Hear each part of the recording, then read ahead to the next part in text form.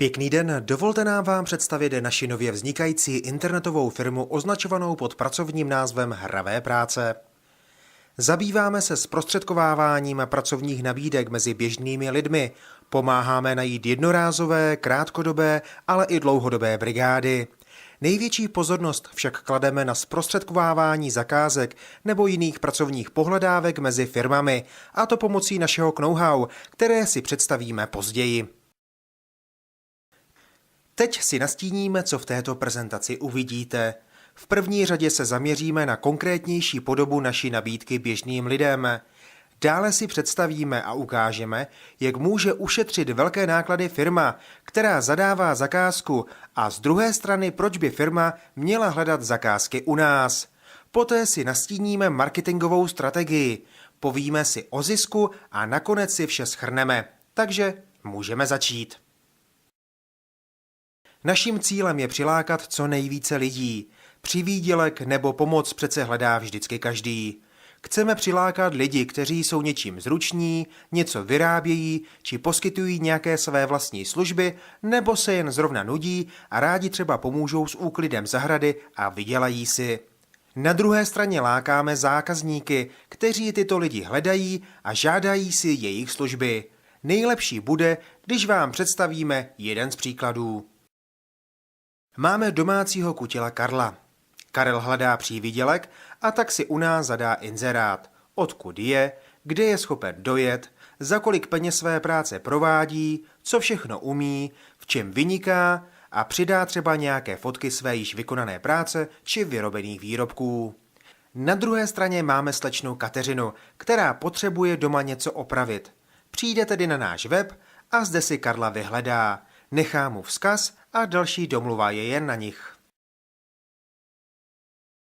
Každý takový pomocník má hodnocení, které se bude udávat podle spokojenosti zákazníka.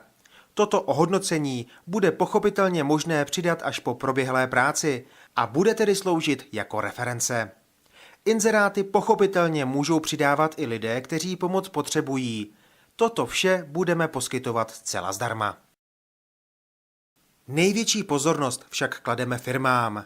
Pro firmy bychom rádi nabízeli možnost rozdělit se o část zakázky, kterou firma obdržela v případě, že ona samotná na to nemá prostředky v plné výši. Dostatek zaměstnanců, techniky a podobně. Jako příklad uveďme stavební firmu. Ta obdržela zakázku na renovaci velké budovy. Firma ví, že sama nestačí stihnout zakázku v požadovaném termínu. Nastává tedy situace, kdy se hledají lidé na výpomoc nebo celé externí firmy. Další možností je nabídnout svou vlastní zakázku. Opět příklad. Máme call centrum, které se pochopitelně zabývá telefonováním. Ale co, když se pokazí výpočetní technika? Firma se pochopitelně bude shánět po specializované společnosti a nejlepší nabídku opět získá u nás. Na druhou stranu může firma, která má v nějakém časovém úseku nadbytek zaměstnanců, tyto zaměstnance poskytnout druhým firmám, které mají opačný problém. Jedná se často o dělnické práce. Nám již zmiňovanou stavební firmu bohužel teď se potýká s tím, že nemá žádnou zakázku, své zaměstnance musí platit ale i tak, tudíž hodně prodělává. Co s takovou situací? V tom opět přichází naše společnost a náš informační systém, kde tato firma má šanci se nabídnout nebo získat zakázku a tím se dokonale podělit o výdaje. V této době přichází naše know-how. Tyto možnosti pro firmy chceme rozšířit zejména pomocí aukcí, které nám odstraní velký problém, který napadne určitě každého. Co když se firmy domluví mimo nás? Díky aukcím může firma, která nabízí zakázku nebo schání výpomoc, snížit výdaje na tyto zaměstnance nebo externí firmu na minimum a jiná firma může zakázku v době krize naopak získat. Aukce budou vedeny ve dvou podobách, a to buď to veřejné, kdy každý ucházející se zákazník o zakázku uvidí nabídku druhých, a pak tajná, kdy nabídky uvidí jen zadávající firma. Naše aukce má pochopitelně opačný efekt. Neslouží k nabídnutí co největší ceny, ale nabídnout nejmenší, za které je firma schopná odpovídající zakázku realizovat. Náš plán na rozšíření našich služeb spočívá zejména v masivní reklamě na internetu, sociálních sítí typu Facebook, firemní profil, reklama v blocích a různých internetových webech, rovněž reklama v rádiích, popřípadně v TV, rozvěšování letáků ve velkých městech, tramvajích, autobusech, rozesílání e-mailů. Pro přilákání firem uvažujeme zejména s rozesíláním e-mailů s nabídkou a hlavně kontakt přes telefon nebo osobní kontakt ve firmě. Do samotného startupu chceme investovat okolo 200 000 korun.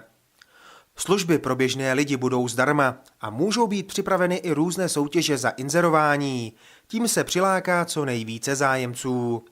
Pro firmy by byly nachystány různé akce, jako například první uzavření obchodní nabídky by mělo být zdarma a pak každá 10. uzavřená nabídka by byla rovněž bezplatná. Zisky budou zejména spočívat z reklam umístěných na webu. To znamená, čím větší bude návštěvnost, tím větší bude přísun peněz z těchto reklam. Další příjmy budou díky provizím za zprostředkovávání obchodu firmám. Předpokládáme, že tyto zisky budou ve výši 3% z každého uzavřeného obchodu nebo jinou formou provizí. Existuje mnoho důvodů, proč by investor měl vložit do našeho projektu peníze. Jedná se zejména o naše know-how, kde jsme spojili výhody aukcí s podnikáním. V dnešní době, kdy se každá firma snaží ušetřit co nejvíce, přináší náš plán možnost snížení nákladů na minimum pomocí aukcí a na druhé straně firmám, které se bojí o svou existenci nebo jsou momentálně bez zakázek získání práce. Tento systém nám také zajišťuje strašáka všech podnikatelů, a to hrozbu obcházení zprostředkovatele. Naopak nám zajišťuje přísun nových zákazníků. Pochopitelná je po určité době expanze do zahraničí, například Polska a Slovenska, a v neposlední řadě také nevýrazná konkurence. Děkujeme vám za pozornost a doufáme v budoucí spolupráci.